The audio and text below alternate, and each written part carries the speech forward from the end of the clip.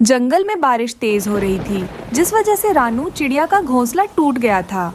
लेकिन चिड़िया ने बड़ी मुश्किल से अपनी और अपने अंडों की जान बचाई थी।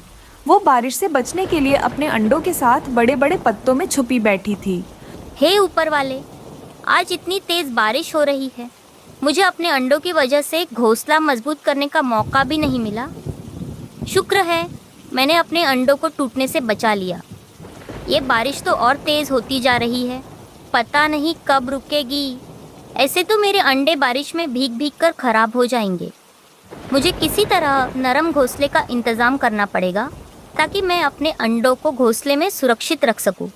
दूसरी तरफ कालू कौवा और गौरी कवि अपने घोंसले में बैठकर बारिश का बहुत मजा ले रहे थे। गौरी, इतनी ठंडी ठंडी बारिश में मुझे कुछ गरम गरम खाने का मन कर रहा है, मेरे लिए कुछ लाओ।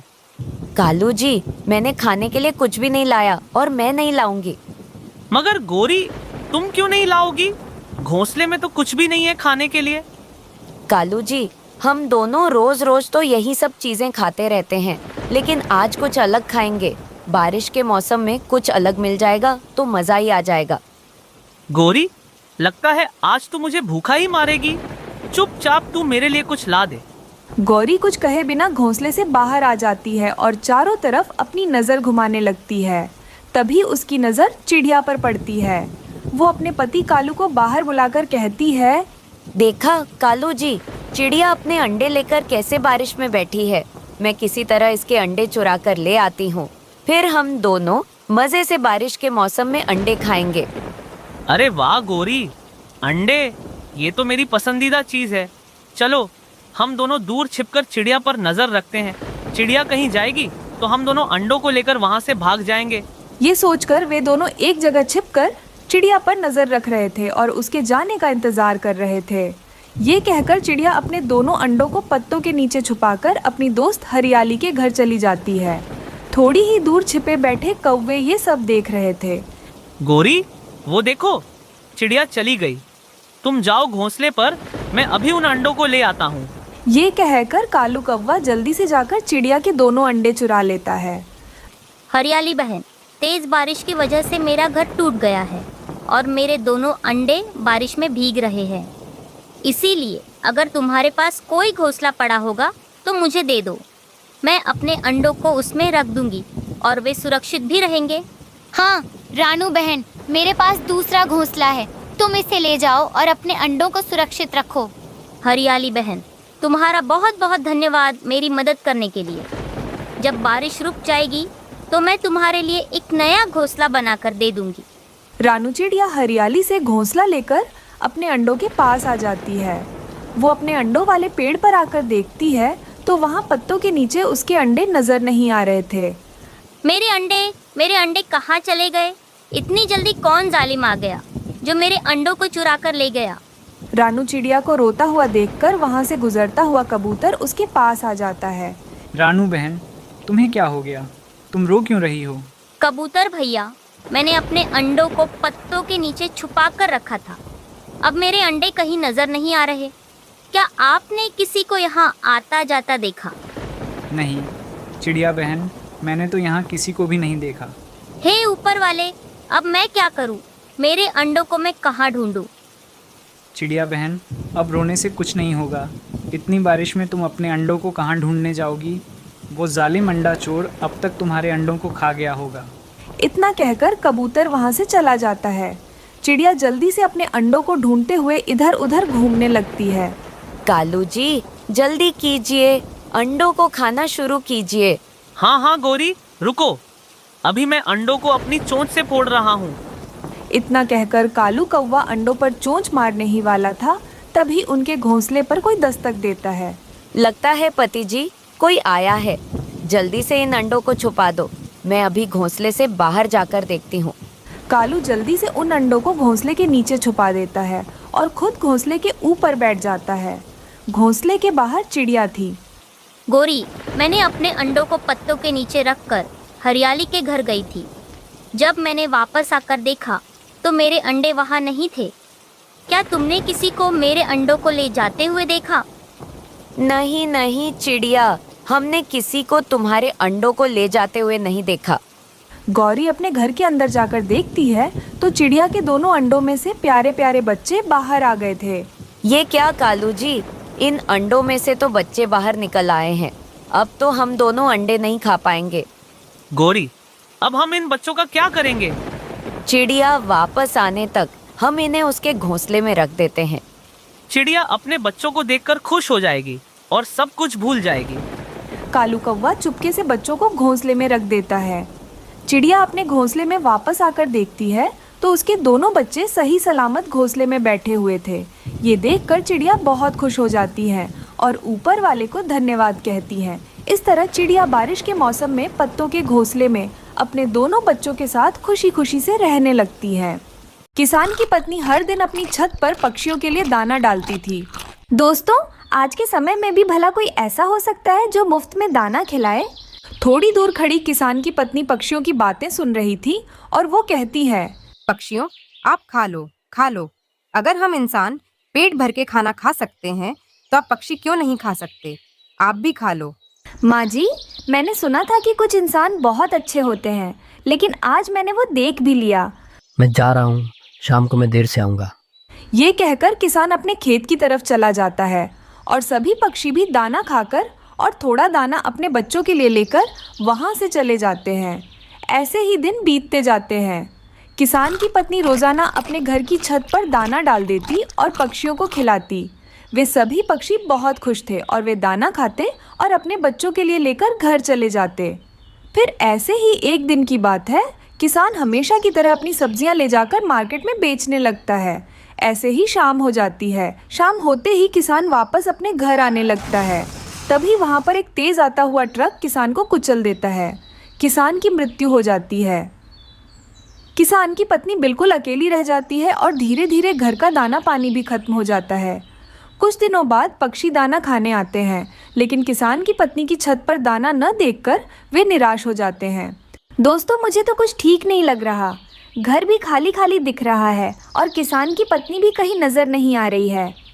चिड़िया अभी ऐसा कह ही रही थी कि तभी किसान की पत्नी वहां आ जाती है और कहती है, मुझे माफ करना पक्षियों, अब मैं आपको दाना नहीं दे पाऊंगी क्योंकि कल से मेरा बच्चे भी भूखे हैं। मेरे पति की एक दुर्घटना में उनकी मौत हो गई है। माँ जी, आपके साथ बहुत बुरा हुआ। मुझे तो पहले से ही शक था। मैं तभी समझ गई थी कि आज आपने हमारे लिए दाना नहीं डाला है। ज़रूर कुछ हुआ है। मेरे घर में सिर्फ वही कमाने वाले थे।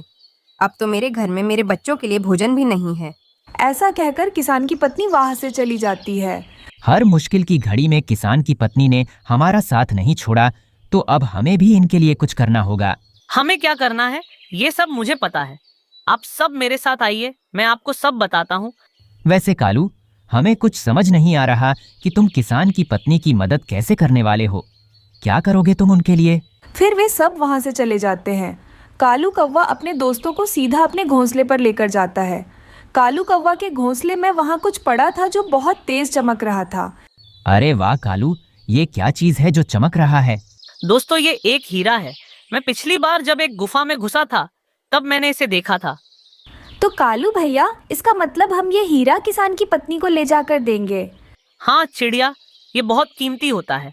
इंसान तो इसे ढूंढने के लिए पहाड़ों तक खोज लगाते हैं। वैसे कालू भैया, सच बताऊं तो मुझे आज बहुत खुशी हो रही है कि हम भी किसान की पत्नी के किसी काम आ सकेंगे। ये कीमती हीरा हम पक्षियों के तो किसी काम का नहीं है। हम उस किसान की पत्नी को ही ले जाकर दे देते हैं।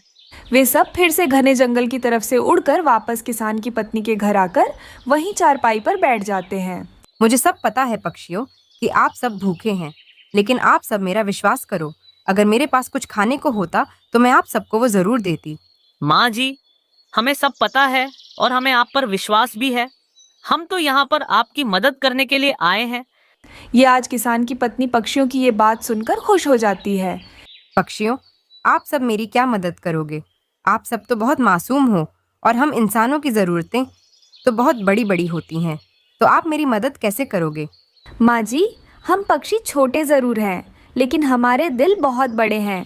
अगर हम सच्चे मन से किसी की मदद करने के लिए सोचते हैं तो भगवान भी हमारी मदद ज़रूर करते हैं। ये देखिए, हम आपके लिए कीमती हीरा लेकर आए हैं। ये सब सुनकर और इतना चमत्कारी हीरा देखकर किसान की पत्नी की आंखें खुली की खुली रह जाती हैं। माँ जी, अब आप इस कीमती हीरे को लेकर सुनार के पास जाइए और इसे बेचकर अपनी ज़रूरतों को पूरा कीजिए। लेकिन माँ जी, हमें मत भूल जाना, क्योंकि हमें जो मज़ा आपकी छत पर दाना खाने में आता है वो कहीं भी नहीं आता। नहीं नहीं पक्षियों, ऐसा नहीं होगा। मैं आपको कैसे भूल जाऊंगी। मेरे रिश्तेदार, पड़ोसी, किसी ने भी मेरी मदद नहीं की और ना ही मेरे बारे में सोचा, लेकिन आपने मेरी मदद की तो मैं आपको कैसे भूल जाऊंगी। माँ जी, मैं तो कहती हूँ कि क्यों ना आप इस हीरे को बेचकर मिठाई का ठेला लगाना शुरू कर दें। इससे आपकी अच्छी कमाई होगी। हाँ चिड़िया, तुम्हारा आइडिया तो बहुत अच्छा है। मैं ऐसा ही करूंगी। मैं इस हीरे को बेचकर एक ठेला खरीद लाऊंगी और मिठाई बेचूंगी, खिलाऊंगी और अपने घर का गुजारा भी अच्छे से करूंगी। फिर अगले दिन ही किसान की पत्नी हीरे को बेचकर पैसे ले आती है और मिठाई का ठेला लगाना शुरू कर देती है। गांव के सब लोग उससे मिठाई खाने आते हैं और उसका मिठाई खूब बिकता है। इस तरह वो मिठाई बेचकर अच्छे पैसे कमाती है। उस दिन के बाद किसान की पत्नी हर दिन अपनी छत पर पक्षियों के लिए दाना डालती। ये देखकर पक्षियाँ भी बहुत खुश हो जाते हैं। अब उनको दाने की कोई कमी नहीं थी। मम्मा चिड़िया अपने 2 बच्चे कुकू और गुड़िया के साथ एक छोटे से घोंसले में रहती थी। चिड़िया का कोई भी पक्का घर नहीं था, क्योंकि वो उस जंगल में नई आई हुई थी। जब मम्मा चिड़िया भोजन की खोज के लिए जाती तो उसे अपने बच्चों का डर बना रहता था, कहीं कोई शिकारी पक्षी उन्हें मार ना दे। ऐसे ही एक दिन मम्मा चिड़िया अपने बच्चों को लेकर अपने पड़ोसी गोरी कव्वी के पास जाती है। क्या बात है चिड़िया, तुम यहाँ मेरे घर में क्यों आई हो? गौरी बहन, मैं भोजन की तलाश में जा रही हूँ। कृपा करके मेरे दोनों बच्चों को अपने घर में रख ले। मैं शाम को जल्दी लौटकर अपने बच्चों को ले जाऊंगी।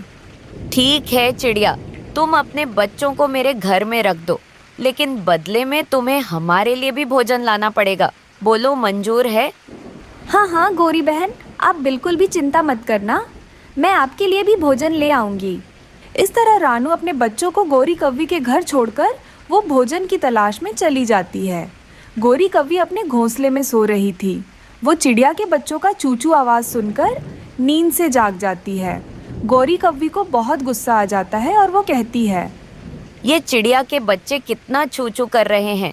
अरे तुम दोनों इतना चूचू क्यों कर रहे हो? बाहर निकलो, बाहर जाकर करना चूचू। आने दो उस रानू को, इनकी शिकायत लगाती हूँ। दोबारा इनको मेरे घर में आने नहीं दूंगी। इस तरह गोरी कव्वी 2 बच्चों को अपने घोंसले के बाहर निकाल देती है। वो 2 चिड़िया के बच्चे बाहर बारिश में भीगने लगते हैं और रोने लगते हैं। शाम को रानू जब भोजन लेकर लौटती है तो वो सबसे पहले गोरी के घर जाती है। वो अपने 2 बच्चों को बारिश में भीगते हुए देखकर रानू बहुत गुस्सा हो जाती है और वो अपने बच्चों से कहती है, गुड़िया, तुम दोनों इतनी बारिश में बाहर क्या कर रहे हो? तुम लोग क्यों बारिश में भीग रहे हो? तुम्हारी तबीयत खराब हो सकती है। माँ, उस गोरी आंटी ने हमको घोंसले से बाहर निकाल दिया। मम्मा, हम दोनों को बहुत ठंड लग रही है। क्या उस गोरी को तो मैं छोड़ूंगी नहीं। अरे गोरी बहन, तुमने मेरे बच्चों को घर से बाहर क्यों निकाला? तुमने देखा नहीं बाहर कितनी जोरों की बारिश हो रही है?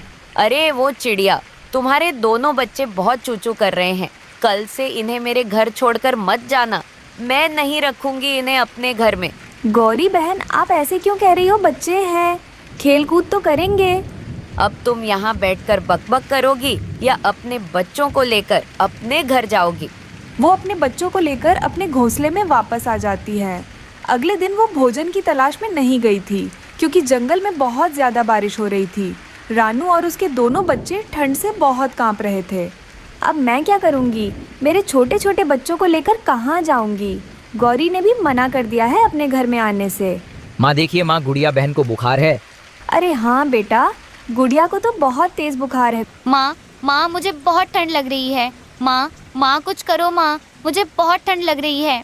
कुकू, तुम गुड़िया का ध्यान रखना, मैं अभी बुलबुल आंटी से कहकर दवाई लेकर आऊँगी। रानू चिड़िया दवाई लेने चली जाती है।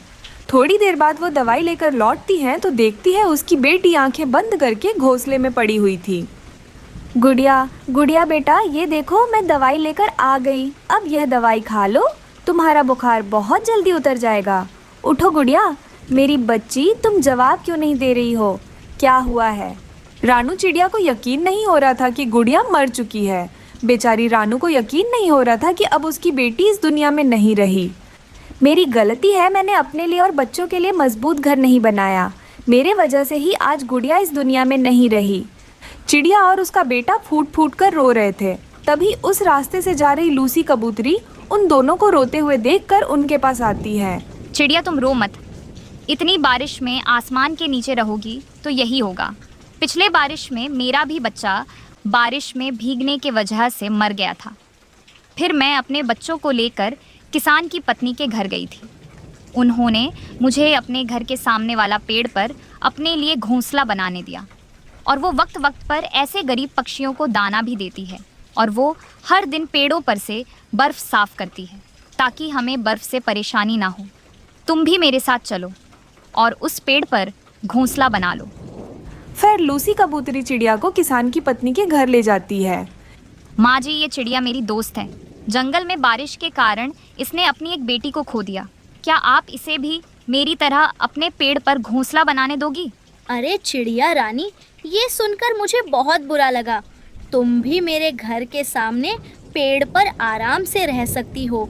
तुम्हें ना ही भोजन की चिंता होगी, ना ही शिकारी पक्षियों की। आपका बहुत बहुत धन्यवाद माँ जी। ये सुनकर चिड़िया बहुत खुश हो जाती है। चिड़िया बहन, यही वो पेड़ है। शाम होने तक तुम अपने लिए घोंसला बनाओ। हाँ लूसी बहन, शाम होने से पहले मैं घोंसला बना लूँगी। फिर चिड़िया उस पेड़ के ऊपर अपने लिए भी एक मजबूत घोंसला बना लेती है। उस दिन के बाद से मम्मा चिड़िया अपनी बेटी गुड़िया को याद करते हुए अपने बेटे कुकू के साथ ठंड के मौसम में किसान की पत्नी के घर में सुरक्षित रहने लगती है। चिड़िया अपने बेटे के साथ भोजन लेने जा रही थी। वो उड़ती हुई दूर निकल जाती है। पीछे एक इंसान लकड़हारा आता है और वो पेड़ जिस पर चिड़िया का घोंसला था वो पेड़ काटने लगता है। लकड़हारा वो पेड़ काटकर एक ट्रक पर लोड करता है और ले जाता है। वो जालिम इंसान ये भी नहीं देखा कि चिड़िया का घोंसला गिरकर टूट गया है। वो माँ बेटा अपने घर वापस उड़ते हैं। वो क्या जानते थे कि आज एक जालिम इंसान उन्हें बेघर कर गया है। चिड़िया जैसे ही अपने घर आती है तो देखती है कि उसका घोंसला तो टूटकर नीचे गिरा पड़ा है और जिस पेड़ पर उसका घोंसला था वो पेड़ तो कोई काट कर ले गया है। कुकू बेटा, किसी ने हमारा घर तोड़ दिया। मैंने किसी का क्या बिगाड़ा था जो मुझे और मेरे बेटे को बेघर कर गया। अब मैं क्या करूँगी? बारिश कभी भी शुरू हो सकती है। अब मैं इतनी जल्दी नया घोंसला कैसे बनाऊँगी? माँ, इंसान ऐसे क्यों करते हैं? कुकू बेटा, इंसान कुछ पैसों के खातिर पेड़ भी काट कर ले जाते हैं और हमें भी बेघर कर देते हैं। फिर चिड़िया उड़ती हुई कबूतर के पास जाती है। कबूतर भैया, इंसान ने पेड़ काट दिया और मेरा घर नीचे गिर के टूट गया। आप मेरी मदद करें नया घर बनाने में। माफ करना चिड़िया बहन, मैं तुम्हारी मदद जरूर करता, लेकिन अब मैं मेरी बहन के पास दूसरे जंगल जा रहा हूँ। मेरी बहन बहुत बीमार है।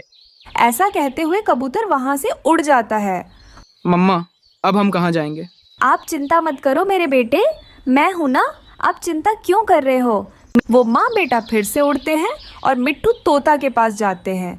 इससे पहले कि चिड़िया कोई बात करती, मिट्ठू अपना ही रोना रोने लगता है। चिड़िया बहन, मेरा घर टूट गया है। मेरा घर बहुत कमज़ोर था। अब घर बनाने समय भी नहीं है। कोई मदद करे मेरी। मिट्ठू भैया, मेरा घर ही इंसान ने तोड़ दिया है। मैं तो आपके पास मदद मांगने के लिए आई थी, लेकिन आप तो खुद परेशान हो। फिर चिड़िया गोरी कौवी के पास जाती है। चिड़िया बहन, मैं तो तुम्हें अपने घर में रख लूंगी, लेकिन मुझसे वादा करो कि तुम्हारा बेटा रात के वक्त चू चू नहीं करेगा। आवाज में तो मुझे जरा सी भी नींद नहीं आती। गोरी, ये बच्चा है और बच्चे कहाँ चुप बैठ सकते हैं। आप खुश रहिए, मैं यहाँ से जा रही हूँ। शाम होते ही बारिश शुरू हो जाती है। रानू को क्या करना है कुछ भी समझ में नहीं आ रहा था और वो सीधा किसान के घर जाती है। किसान के घर जाकर सीधा उसके दहलीज पर बैठ जाती है। वो देखकर किसान की पत्नी सीधा चिड़िया के पास आती है। वो कहती है, क्या हुआ चिड़िया रानी, तुम इतनी बारिश में यहाँ पर मेरे घर पर क्यों आई हो अपने बेटे को लेकर? और वो चिड़िया सारी बात बताने लगती है कि लकड़हारे ने कैसे उसका घर उजाड़ दिया। अरे चिड़िया रानी, तुम परेशान मत होना। तुम बारिश रुकने तक मेरे घर में ही रहना और बारिश रुक जाने के बाद मेरे घर के सामने एक मजबूत सा पेड़ है, वहाँ पर एक घोंसला बना लेना। चिड़िया ऐसा ही करती है। बारिश रुकने तक उस इंसान के घर में छोटा सा घोंसला बनाकर उस रात जैसे तैसे गुजारती है और किसान की पत्नी चिड़िया को थोड़े से भीगे हुए चावल भी देती है। इस तरह सुबह हो जाती है। मम्मा, इस बार हम लोग थोड़ा सा मजबूत घर बना लेंगे, वरना फिर से आज रात बारिश होते ही हमारा घर टूट सकता है। हाँ ठीक है मिट्ठू, मैं रास्ते पर आते हुए एक नारियल देखा है। हम लोग उस नारियल को खोखला कर कर एक मजबूत सा घर बना लेते हैं। हाँ ठीक है मम्मा, ऐसा ही करते हैं।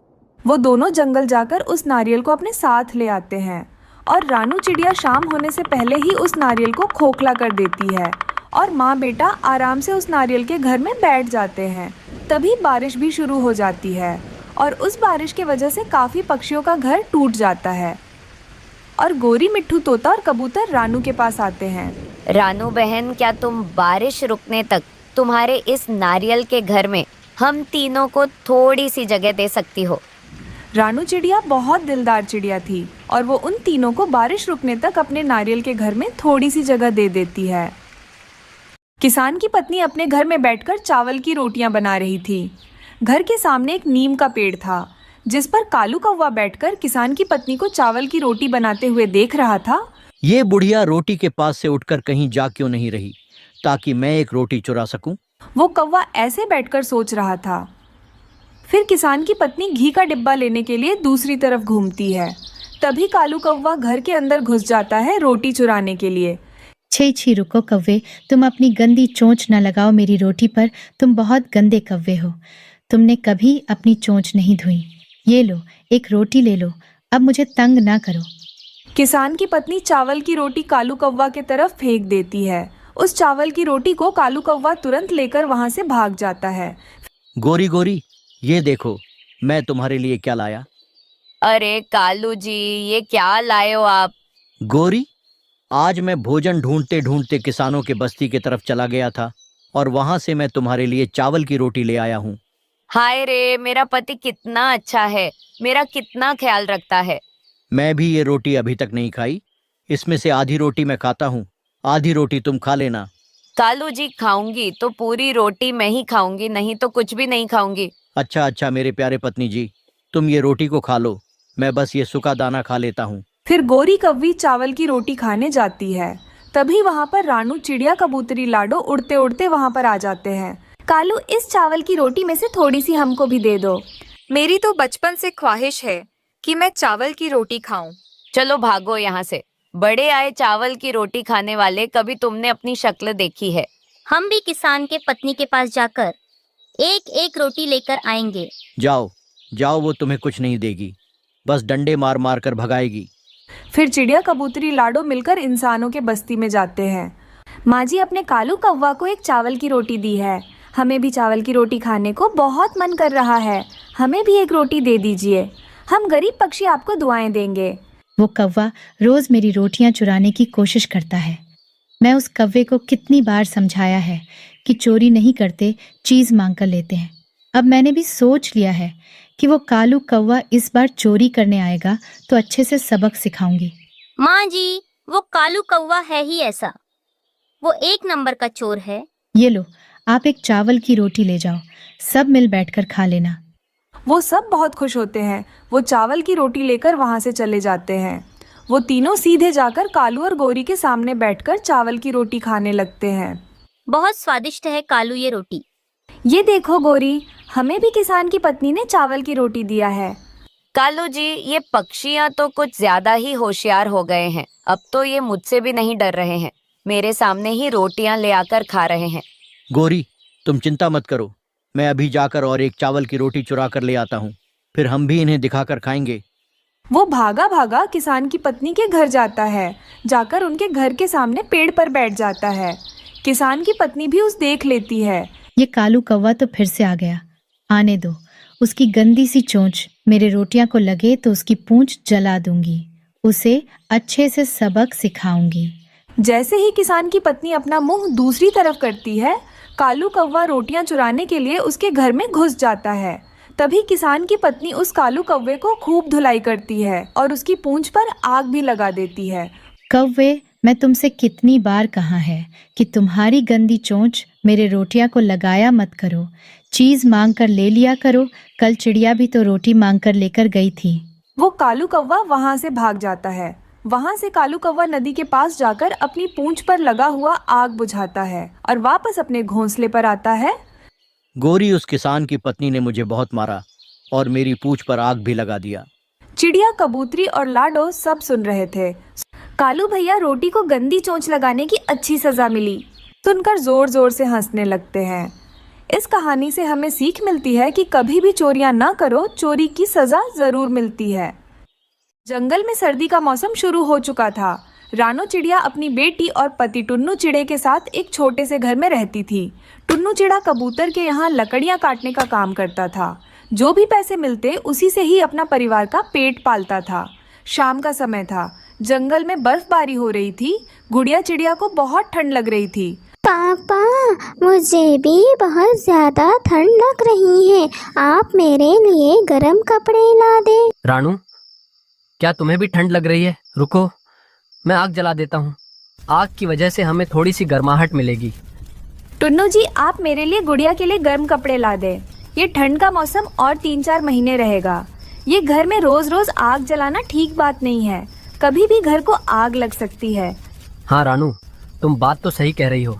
मैं कल कबूतर से थोड़े बहुत पैसे मांगकर तुम दोनों के लिए मैं गर्म कपड़े ला दूंगा। अगले दिन टुन्नू कबूतर के पास जाकर उससे पैसे मांगने लगता है। कबूतर, हमारे जंगल में ठंड बढ़ते ही जा रही है। मुझे मेरी बीवी और बच्चों के लिए गर्म कपड़े खरीदने हैं। क्या तुम मुझे उधार में कुछ पैसे दे सकते हो? हाँ टुन्नू, मैं तुम्हें गर्म कपड़े खरीदने के लिए पैसे दे दूंगा। अब जल्दी से काम खत्म करो। शाम को जब टुन्नू चिड़ा पैसे लेकर गर्म कपड़े खरीदने बाजार जा रहा था, तब उसे गोरी कव्वी और कालू कौवा देख लेते हैं। गोरी, वो देखो टुन्नू पैसे की पोटली लेकर कहीं जा रहा है। चलो जाकर उसके पैसे छीन लेते हैं। कालू जी, मैं नहीं जाऊंगी, आप ही जाइए, मैं यहाँ बैठकर आपका इंतजार करूंगी। कालू कौवा टुन्नू से पैसों की पोटली छीनकर वहाँ से भाग जाता है। गोरी, मैं ले आया, टुन्नू से पैसे चुरा कर मैं ले आया। अब जल्दी से यहाँ से चलो, वो टुन्नू मेरा पीछा कर रहा है। टुन्नू उदास होकर वापस अपने घर आता है। टुन्नू जी, क्या हुआ आपको? आप इतने उदास क्यों लग रहे हो? आज तो आप बाजार जाकर गर्म कपड़े लाने वाले थे ना? बहुत बुरा हुआ रानू, मैं कबूतर से पैसे लेकर बाजार जा रहा था गर्म कपड़े खरीदने के लिए, लेकिन कालू पीछे से आकर मेरे पैसे छीनकर वहां से भाग गया। ये क्या टुन्नू जी, ऐसे हमारे साथ ही क्यों होता है? वो कालू और गोरी तो एक नंबर के चोर है। मम्मा, अब क्या होगा? क्या हम सब गर्म कपड़े नहीं पहन पाएंगे? नहीं गुड़िया बेटी, आज भी हमें गर्म कपड़े नहीं मिलेंगे। आज भी हम सबको आग लगाकर ही सोना पड़ेगा। उस रात भी वो चिड़ियाओं का परिवार घर में आग लगाकर ही सो जाते हैं। फिर वो दोनों वहाँ से दूसरे जंगल भाग जाते हैं। दूसरे जंगल जाकर वो दोनों दुष्ट कौवे उन पैसों से फल खरीदकर खाते हुए खूब मौज मस्ती कर रहे थे। ऐसे ही सुबह हो जाती है। टुन्नू अपने काम के लिए घर से बाहर निकलता है। रानू दाना ढूंढने के लिए जंगल से बाहर आ जाती है। तभी वो देखती है कि किसान की पत्नी ढेर सारे गर्म कपड़े लेकर बैठी हुई थी। माँ, आप इतने सारे पुराने कपड़े क्या करोगी? बेटा, यह ठंड का मौसम है। यह कपड़े हम रस्सी से टांग देंगे। जिसको जरूरत है वो आकर ले जाएगा। माँ जी, मुझे इन गर्म कपड़ों की बहुत जरूरत है। क्या मैं ये कपड़े ले जा सकती हूँ? हाँ चिड़िया रानी, तुम्हें इन गर्म कपड़ों की जरूरत है तो तुम यह कपड़े ले जा सकती हो। आपका बहुत बहुत धन्यवाद माँ जी। फिर रानू चिड़िया ढेर सारे गर्म कपड़े लेकर अपने घर आती है। रानू, तुम इतने सारे गर्म कपड़े कहाँ से लेकर आई हो? टुन्नू जी, मैं भोजन लेने के लिए इंसानों की बस्ती गई थी। वहाँ पर किसान की पत्नी ने मुझे यह गर्म कपड़े दिए हैं। अरे वाह माँ, ये कंबल तो बहुत ज्यादा गर्म है। मुझे तो बिल्कुल भी इसमें ठंड नहीं लग रही है। फिर कालू और गोरी टुन्नू चिड़े के पैसे खर्च करके वापस अपने जंगल आते हैं। जंगल में तो हर जगह बर्फ ही बर्फ जमा हो चुका था। कौवों घोंसले में भी काफी ज्यादा बर्फ था। ऐसे वो दोनों कौवे पूरे ठंड के मौसम घोंसले में सिकुड़ते हुए गुजरते हैं। फिर चिड़ियाओं का वो परिवार गर्म कपड़े पहनकर आराम से सर्दी के मौसम में रहने लगते हैं।